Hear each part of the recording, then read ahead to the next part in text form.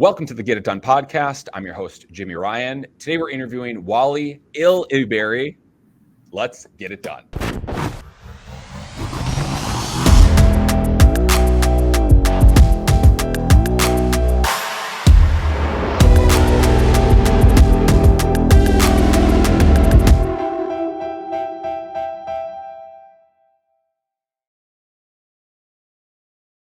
All right, so I feel like I already mispronounced your name, even though we said it like two seconds ago. Can you correct me, please? I feel like I messed that up. No, you did probably better than like 99.9% of people. So it's Elibiary, like you're sick. Elibiary, like you're sick. All right, so we have Wally Elibiary, and he is the leader of the 24/7 Mindset Academy. We're going to get into what that means because it's kind of contradictory. It kind of sounds like you're working 24/7. That's completely the opposite goal. And you're a divisional president with Empower Lending. You're a certified mortgage planner with Todd Duncan, national speaker with The One Thing, and you're certified with John Maxwell. And you're also, an awesome husband and father to two boys. Wally, welcome to the Get It Done podcast. Awesome, man. Thanks so much for having me. I love that intro. I might have you talk to my wife. That's awesome way of saying all that. Bro, you're epic. And I've watched you for a very long time being a loan officer that has looked up to a lot of people that have just always been at the, I don't know, bro, you've always been at the top. You really have. And I've known you being actually, I know for a brief stint you got out of the industry, not out of the industry, but out of origination. And I remember you saying this, and it struck me that, yeah, I'm out of origination. I'm doing more of like the leadership thing. And, I really miss origination. And for me, I was struggling my butt off being an originator, thinking, why in the heck would you miss this? Why would you miss this? I want to be a national, regional manager and all that stuff. But to kind of kick it off, why did you miss it so much? And why did you have to get back into it? Dude, I love being in the trenches. It's probably like my Achilles heel. I love being with the guys and gals of the team, just clawing it out. I love like the grind. I love the hustle of doing loans. But my time is needed elsewhere. My time is needed. Obviously, we'll talk about the 24/7 mindset. But going from the quadrant of rookie of the year, then breaking through the next quadrant of being the star quarterback, was a lot of fun and a lot of celebration of the star quarterback. But now I'm on the sidelines with my little clipboard as the head coach, my little whistle. It's a lot of fun celebrating others' success and knowing that I had a little bit of a fingerprint on their roadmap to their success. But it's that next stage, man. It's a loving celebrating other people's successes. They're on my team, but more importantly, now it's about them. Now I'm here to serve them. Now I'm here to empower them. Now their goals are more important than my goals. And over time, that becomes more rewarding than just simply doing loans. Brother, I love that. And that just oozes out of you. I saw you speak at the Modern Mortgage Summit. And yeah, man, you have a lot of care for others and for really lifting people up. And I would agree. I think it's almost more fulfilling. And it's kind of like going from, it's kind of like being a dad in a way. You wouldn't think that it's, you before you're a dad, you're like, wow, it's all this responsibility. It's all this work. But then once you do it, like, for instance, I wrote a note to my son in his lunchbox. And like, bro, like I kind of teared up doing it. You know what I mean? It's just like, it's little things like that. It's just like, it's not about me, it's about others. And so I want to jump right into it. So the Get It Done podcast is really all about the come up story. And everybody knows you now, Wally, as, this big epic dude. And you've been that way for a while. You've been the star quarterback for a while. What we really want to focus on is the come up story, the 0 to $1 million story. And we use Elon Musk as an example. He has a great story of, going from $1 million to $1 billion and being, one of the richest people in the whole wide world. But we want to start from the beginning, the come up stories. The best place to start that, Wally, is where were you born? What were your parents like? What were the first few years of your life like? Well, it's funny. Like you're going to hear a story that I'd probably count on maybe two hands how many people actually know this story. So I was born in Alexandria, Egypt, first of all, North Africa. And I grew up Muslim.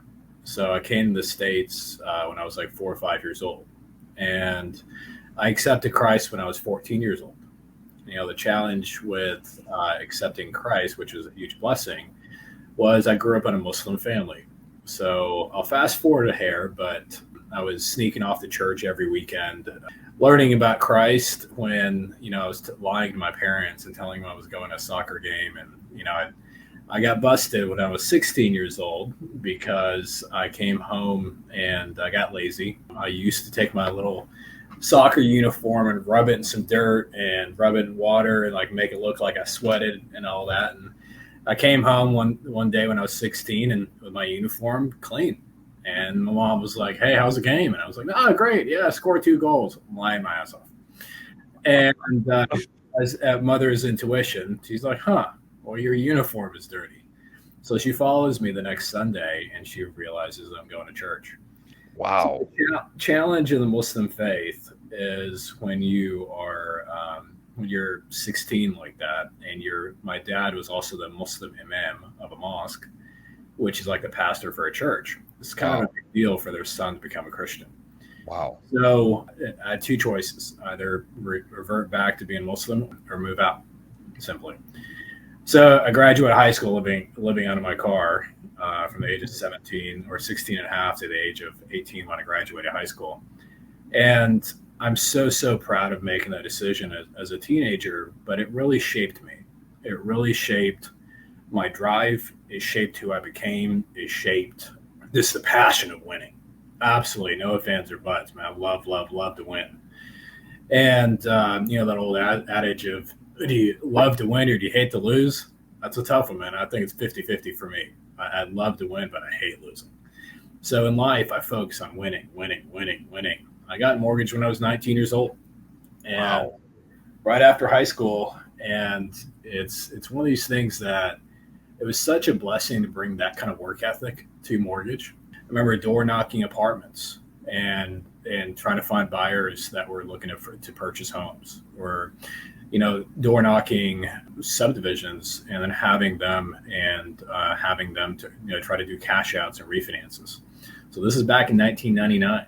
So if anyone remembers the .com burst, rates were awesome, man. They went from 11% down to 9%.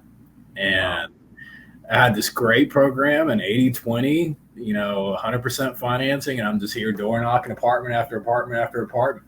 Just hustling. And it was like, it built this drive in me. And, as you progress down that road and having success, I met my wife when I was 26. And you're going to hear it. You're getting a lot out of me that most people don't know. So Niki and I meet on a blind date in December of 2004. Well, we're pregnant by January. Wow. I propose in February, and we're married in May.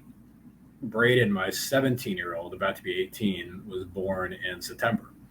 So we go from, "Hi, Wally, nice to meet you," on a blind date, to 10 months later having a newborn and living in a one-bedroom apartment, me trying to slang loans, being 100% commission loan officer, right?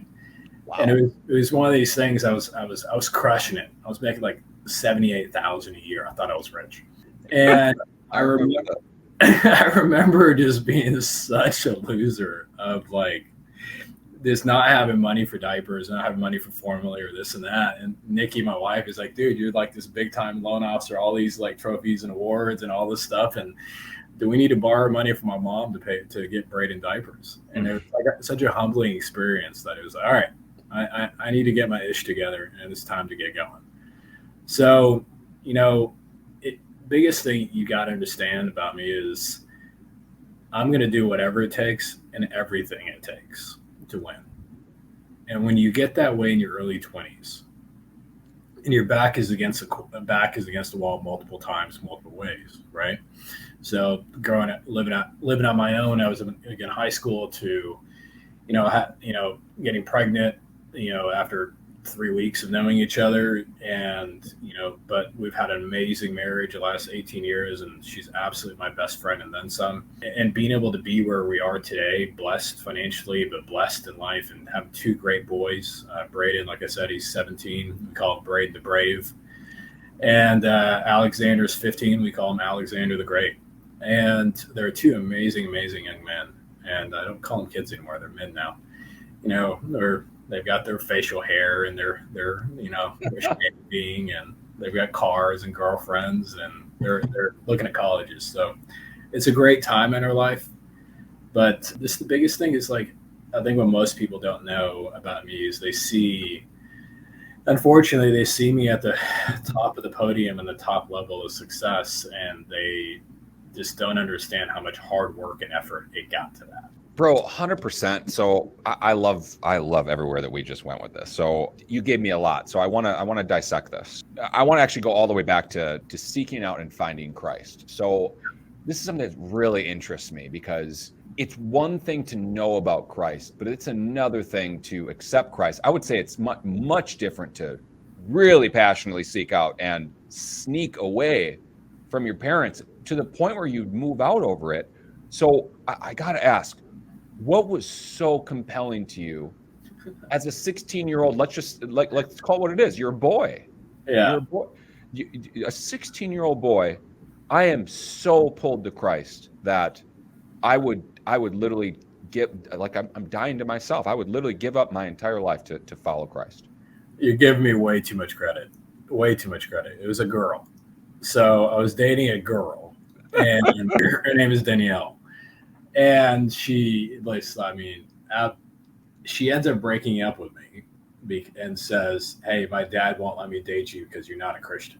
Wow. So what is a 14-year-old boy do?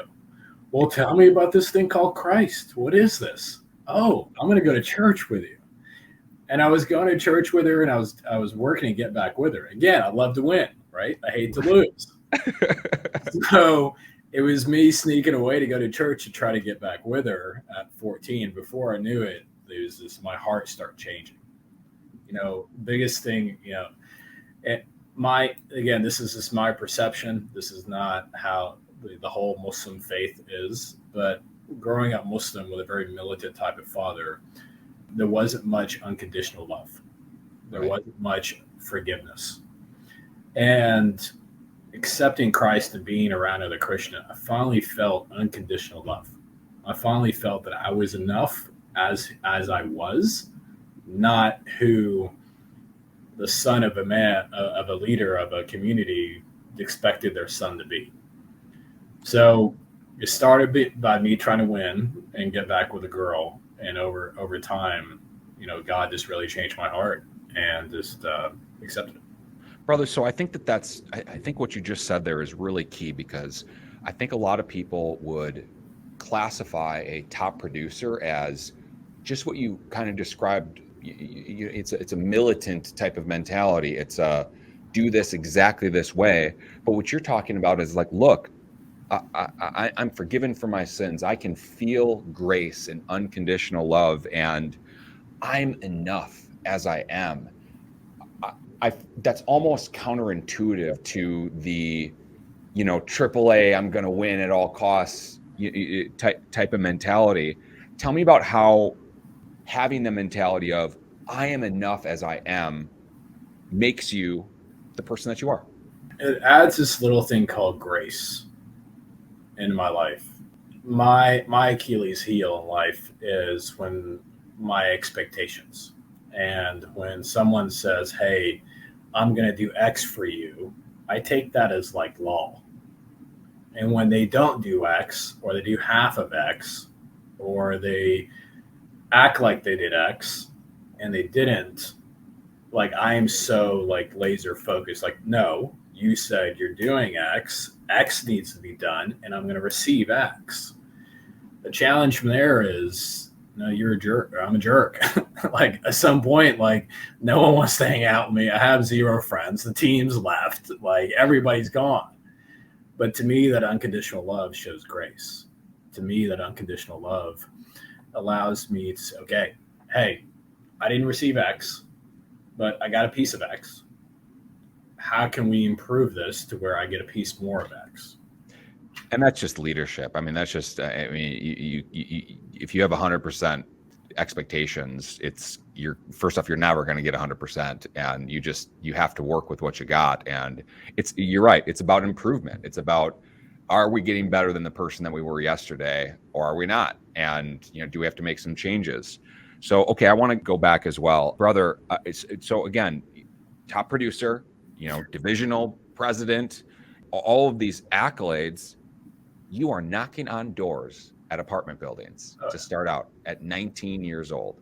Tell me about that. I want to hear about the successes that you had doing that, but I more so want to hear about the doors slamming in your face. Well, there was plenty of them. But I just say, what most people don't really understand is if you're brave enough to put yourself out there, the world will give you what you deserve. The world will reward you. And I remember trying to I became a loan officer assistant to this gentleman named Rodney. And I would he'd allow me, so that again, this is 1999. He'd allow me to sit in his office while he did face-to-face loan applications with my little tape recorder here on the side of recording, which they knew that I was recording the loan application, the whole process. I'd go home and I'd start writing out, again, 1999. I start writing out everything he said. Before I knew it, there was consistencies. There was patterns. He repeated from appointment to appointment to appointment, same things. And I put together scripts. I put together a breakdown of what he did, how he did it, when he did it, and what way he did it, which became a model. And I just followed that specific model, regurgitated out of my mouth his words. So automatically I had verbal credibility. Automatically, it just became in a way that I became able to produce such high level production so quickly because I studied the people that were doing the best they could be. I mean, this dude was doing over $100 million in 1999. Wow. In Dallas. Me I want to say I was getting paid like something stupid. It was like $6 an hour or something. Yeah. But he'd pay me 10 basis points on every loan that I brought in. So I would be there for 8 hours a day. In the evenings and the weekends, I'd door knock apartments and door knock houses, trying to find cash outs, trying to find purchases. $6 an hour and 10 basis points. I would argue that you should have got nothing almost from the coaching that you got from $100 million producer. My goodness. I think here, like for instance, let's just to bring this to today to kind of relate it. I think that there are a lot of people out there right now, a lot of loan officers particularly, that, man, they're just too big on themselves and not humble enough to really go and work for someone. But I would argue if you're doing less than $20 million or less than $10 million, I would say, and there's plenty of those, why not join a team, work for a $100 million producer for $6 an hour for 10 basis points? If you think about it, what's the coaching worth? And what would your future look like if you would just literally sit there and record what they do and just copy them? Well, I mean, here's a real life example. There's a guy named CJ on my team that he started with me in 2016, July 1st, 2016. I hired him at $15 an hour. He was attached to my hip as my loan officer assistant, taught him how to do open houses, convert deals, loan applications, blah, blah, blah. He made over $100,000 in 2019. Last year, he made over $500,000. I mean, let's do the math. July 1st, 2016 to 2023. And in 2022, he made over $500,000. That was not my trajectory back then in 1999, but it's super cool when you're able to build as a leader models, systems, scripts, attract talent, train, lead, motivate that talent you attracted, and they produce some really big series numbers.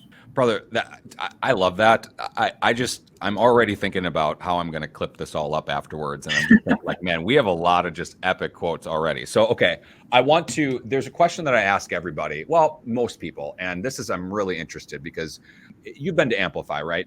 Yeah. With Renee. Okay. So a question that I like to frame up the exact way that he does. He talks about a lot of times things that happen in our early childhood. It doesn't have to be in your childhood, but he says 8 to 12. But things happen to us. Either people show up for us or they don't. And it really affects our why we do things every day. And generally it comes down to, what are we trying to heal from our past?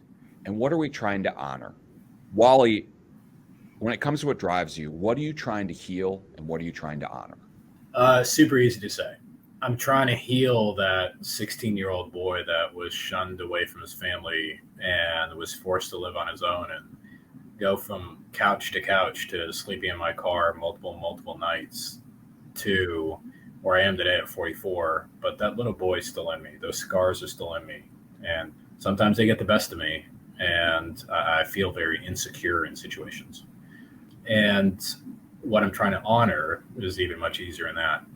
I don't have enough fingers and toes to count how many people have opened doors for me and believed in me and my story that's allowed me to succeed. I've been probably one of the luckiest humans I've ever met to be around so many phenomenal big producers or successful people that have taught me, that have invested in me, and that have blessed me with opportunities to be able to succeed. I'm honoring them and paying it forward. Brother, I've never one time asked that to somebody where they didn't lose a beat and literally just like spit it out. Like you are so dialed in on purpose. It's quite admirable. It really is. And you can just turn on vulnerability, which is quite courageous. I mean, the 16-year-old boy that's shunned away, living on couch to couch.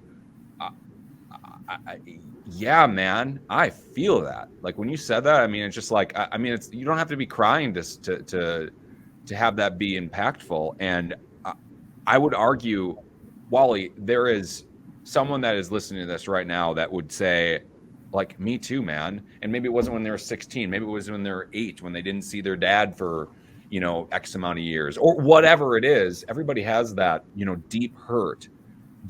How do you tap into that to really live out your purpose and be so intentional?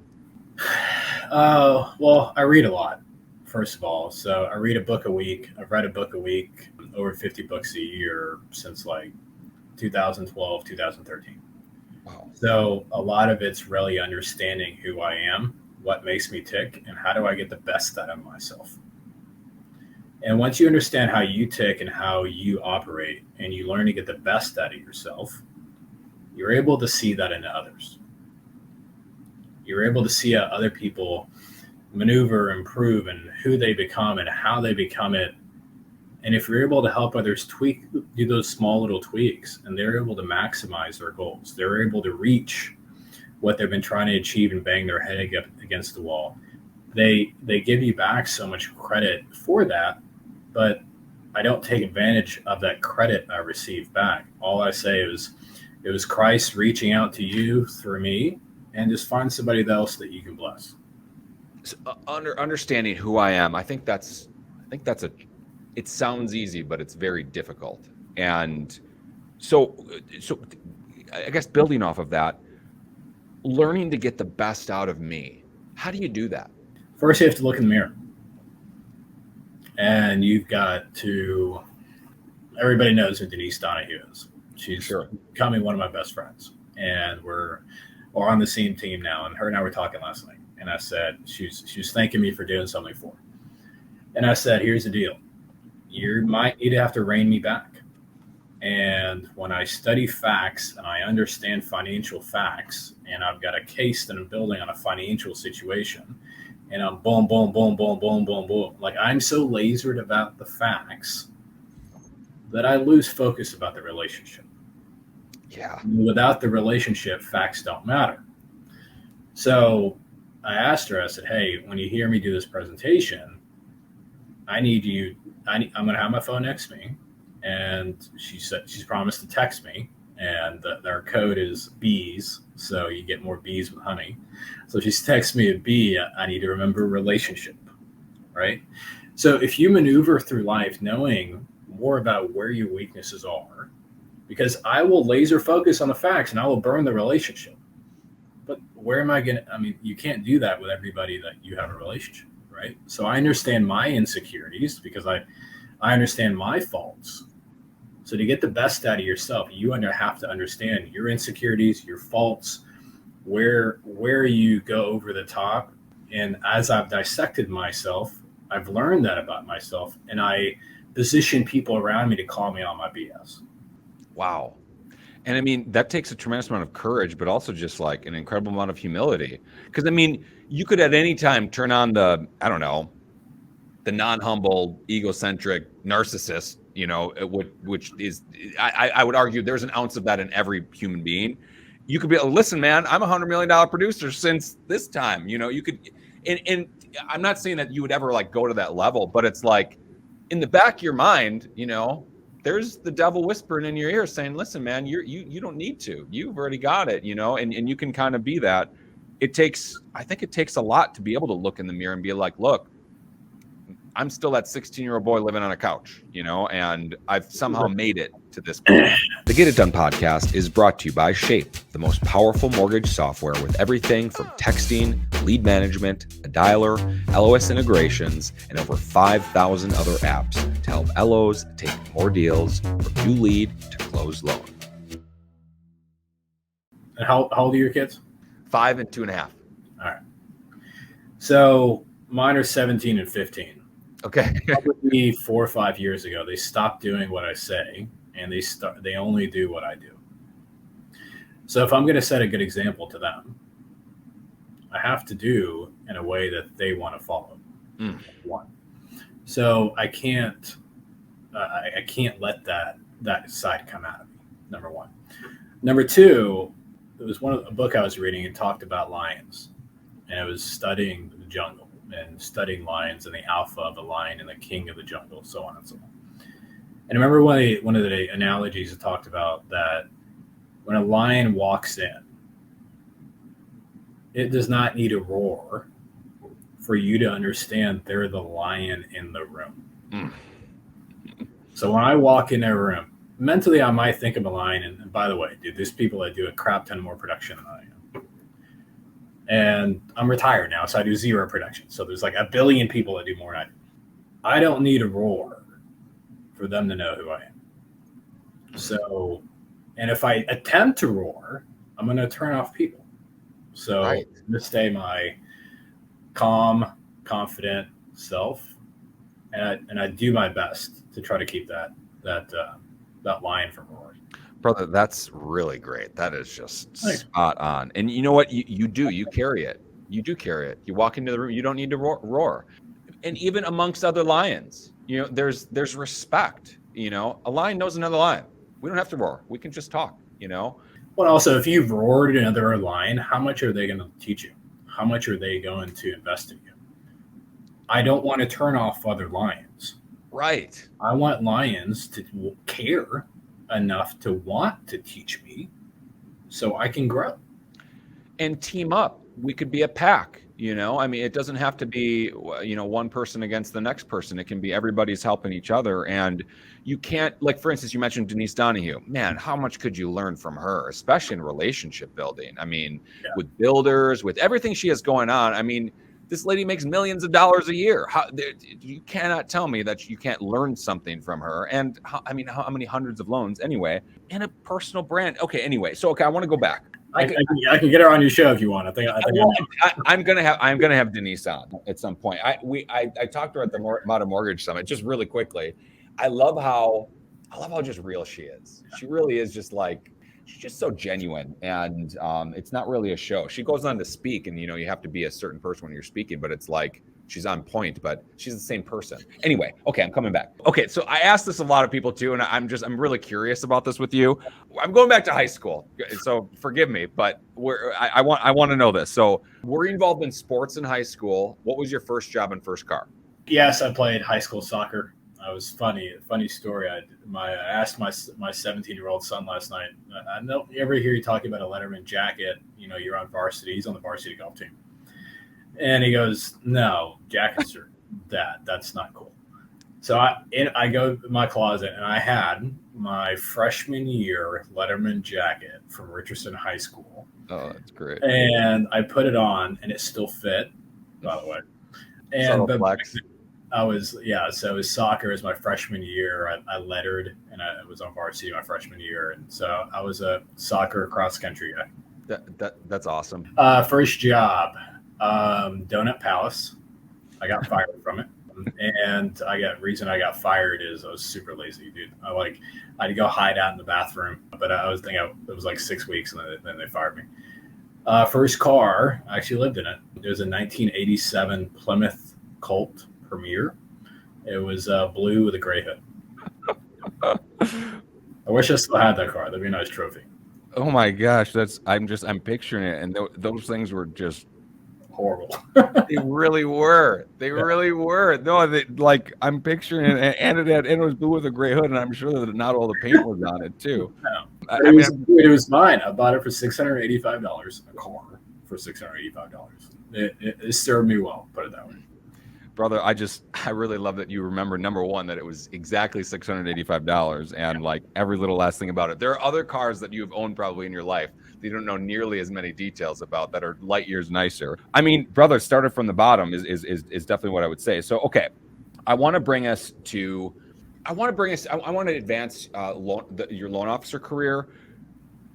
Look, at one point, I was making 70, 80 grand a year thinking I'm rich, but I can't afford diapers. At what point would you say that you transitioned to, you know what, I've figured this out. I'm doing great. I'm making a lot of, I don't want to say money, but money is the indicator of success in loans. But when would you say to you, like, look, I got this dialed in. I figured this out. I'm a great loan officer. There's different stages to that. So I asked that wrong, but you're right. There's plenty. There's so many different. You're right. Golly, my first probably production trip. It was.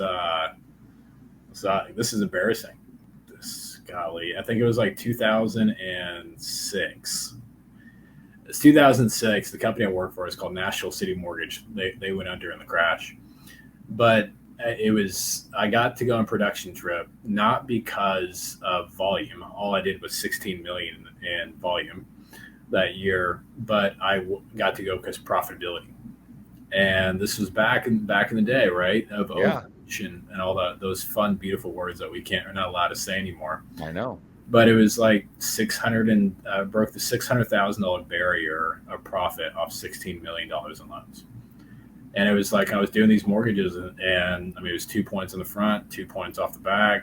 And I remember going on this production trip with my wife, and felt like I was a somebody. So it was, I think I was like 26 years old, 27 years old. But yeah, so I'd say the first time. But I mean, that's just so super naive back then. I mean, here's honestly, if I look back and say that when I really feel like I made it, it was 2018. Did over $100 million in loans. I was in Cabo, that last week of the year playing golf and enjoying life, and it was taking my 20 weeks of vacation a year, and the team back in Dallas was just hustling, driving, and they had plenty of financial upside to try to hit that number, but it's a great feeling when I started feeling like I was a leader of leaders.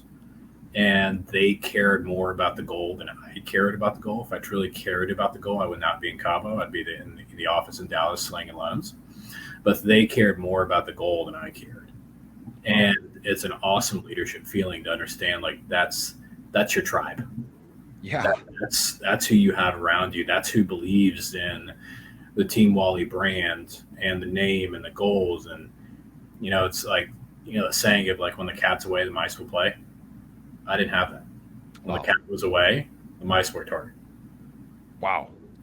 A leader of leaders. That explains it the best. And look, I don't want to go too much into tactical of how you got to the team that you built in order to do that. I think that you have plenty of content about that on just even the Trust Engine group. I think that you're on there freaking once a week. I mean, my goodness, Dave Savage is always featuring you, and for good reason, because you have a lot of the stuff that like, look, there's building blocks, and kind of like we were alluding to before, is that like, look, I did 16 million, and yeah, man, remember it was all fees. Like if you did $20,000 in fees, it was like, okay, I made, and it was like 50% commissions, about even more than that, some in some way. Anyway, what a different world. I mean, my goodness, what a different world. But anyway, I think that you have to get to that point though, where you kind of look yourself in the mirror and you're like, wow, I'm a somebody doing 16 million. And then you have to kind of graduate to like, look, I'm really not all that. That really isn't that great. I'd much rather be a leader of leaders. I'd much rather be golfing, having my team push it. So I want to go to the 24/7 mindset. So, and maybe you did this on purpose, but it sounds like I'm going to work 24/7 to achieve my goals. But no, I'm going to work 24 hours a week, 7 months a year. I just love that. And I want to talk about this, and I want to dive deep into the actual mindset.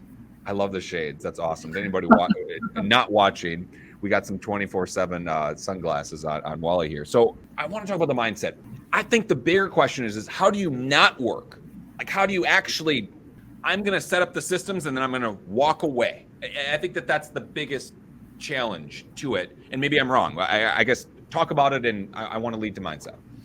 I mean, what if founders of mortgage companies do?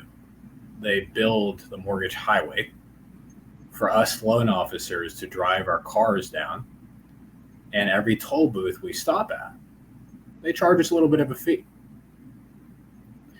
So if a loan officer can become a team leader and build an engine of referrals, build a 6-lane highway of referral streams from CPAs, financial advisors, family will attorneys, insurance, database, and realtors,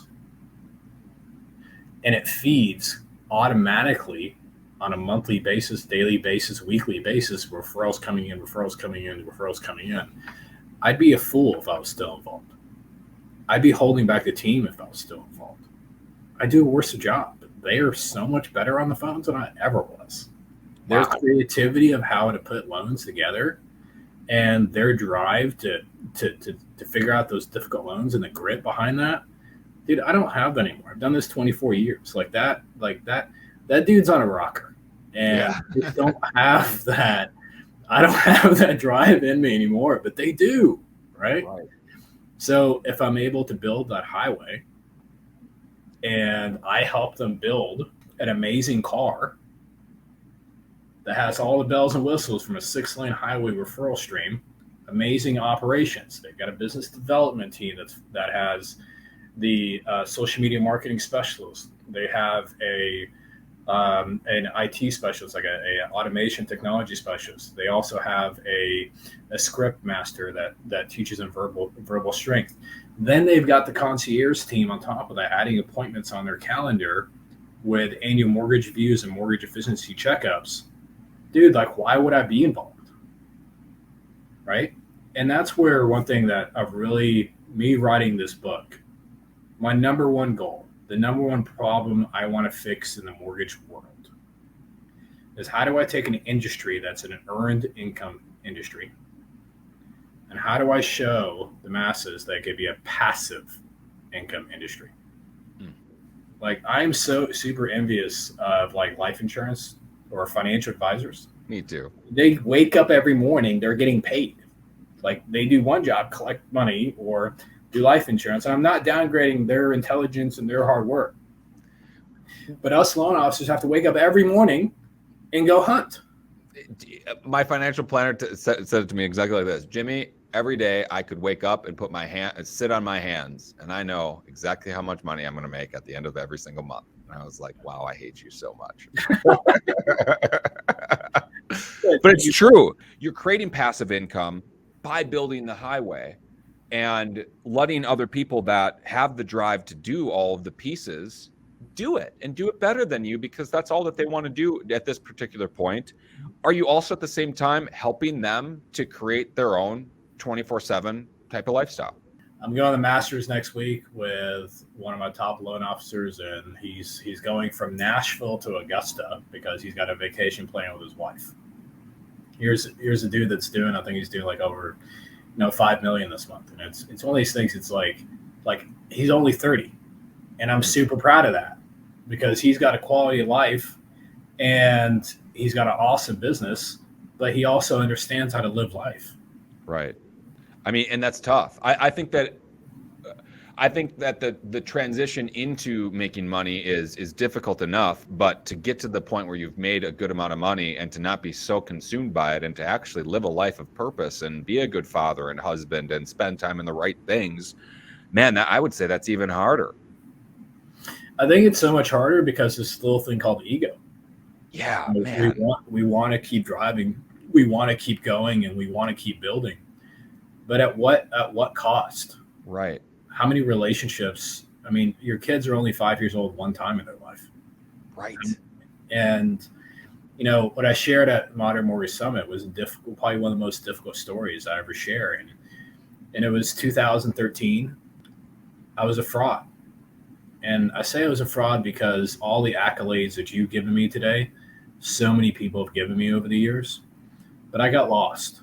And where I got lost was I was chasing trophies and awards and being a very negligence of a father or a husband because I was missing more dinners than I ever made.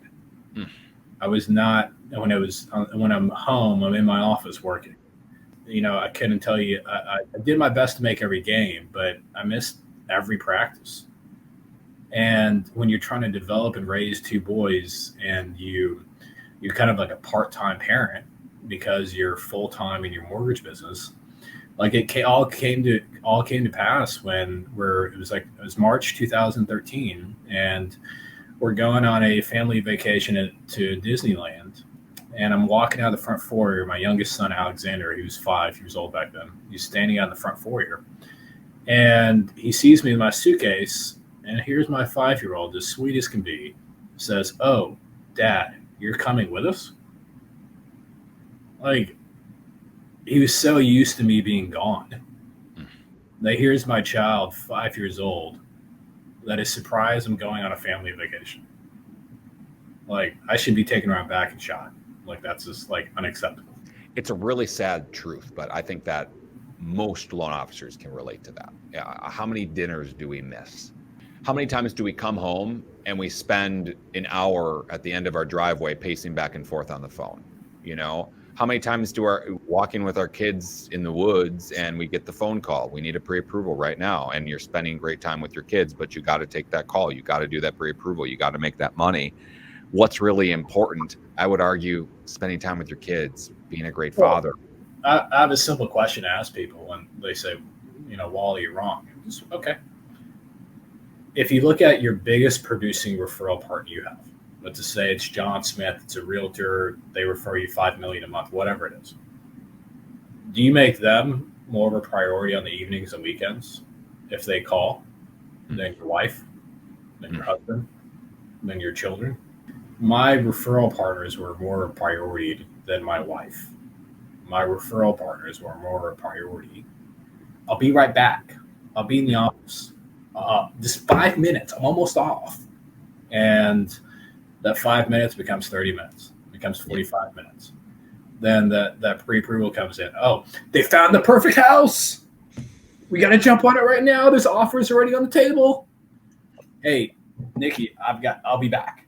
Oh, but like if we treated our spouses like our biggest referral partners, where would our relationships become? Brother, that's just fire advice. My goodness. All right, brother. Well, I've really enjoyed this interview.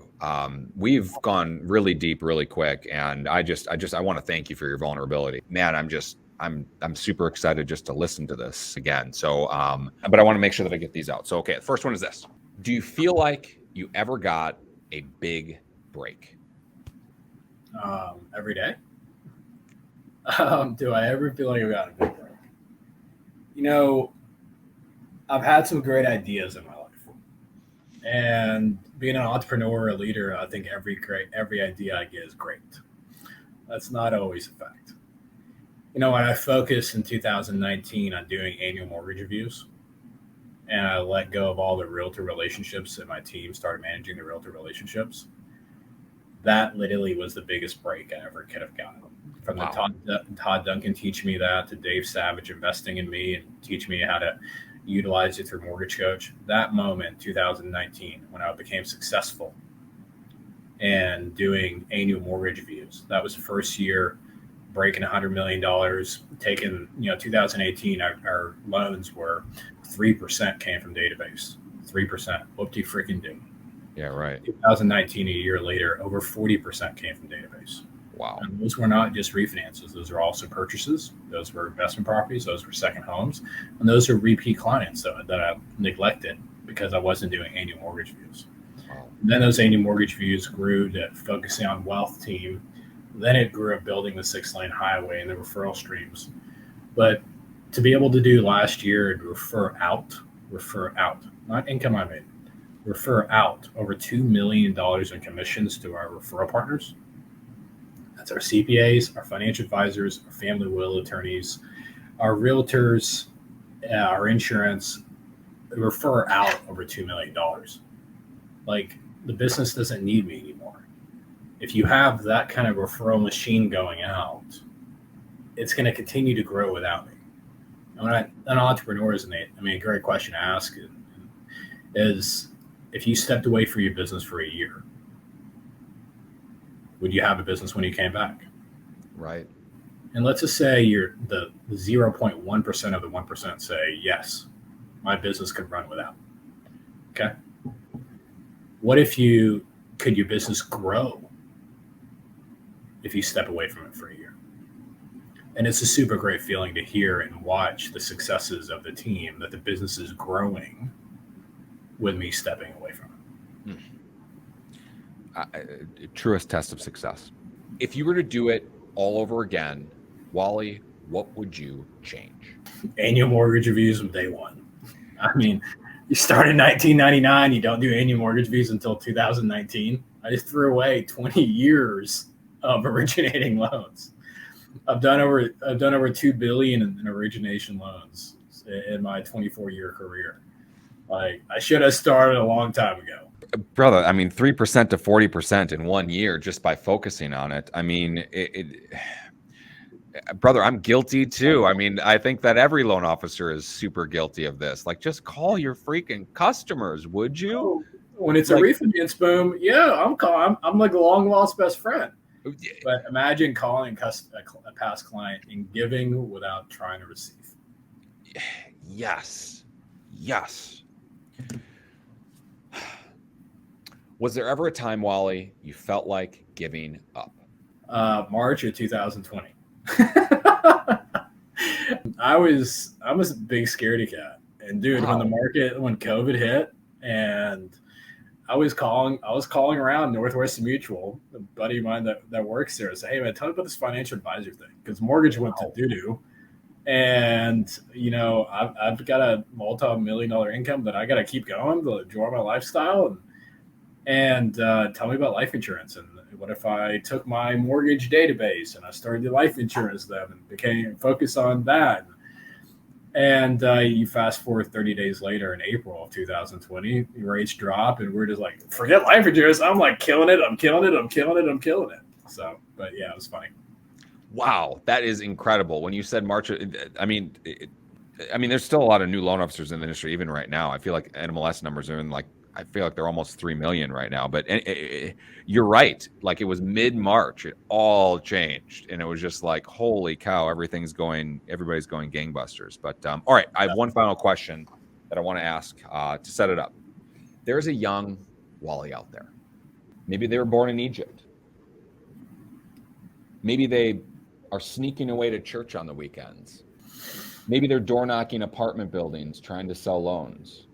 Maybe they're working at Donut Palace, being lazy, getting fired. Maybe they're driving their 1987 Plymouth Colt around. Maybe they're making $70,000, $80,000, thinking that they're the top dog.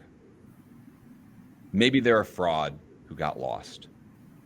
To someone that wants to follow in your shoes, what advice would you give to someone looking to get it done? Number one simplest thing is morning affirmations. Number one reason why I am who I am today is I've got a morning routine. If you've not read the book Miracle Morning, please read it. Hal Elrod's a very great buddy of mine. And I get up at 4 a.m. I read from 4 to 5. I go to the gym to be with the trainer from 5 to 6 a.m. On the way to the gym, I say my morning affirmations. Okay. And then I come back, I go do cryo, then I'm in the office by 7:30. But the morning affirmations, to me, there's a handful of them, but they shaped who I became because my subconscious started to believe them. And it started with one that it was, what's the point of dreaming big if you're not brave enough to live big? What's the point of dreaming big if you're not brave enough to live big? Go grab life big. And as I learned how to have conversations and structure and frame opportunities, there's a 4-prong how I have conversations.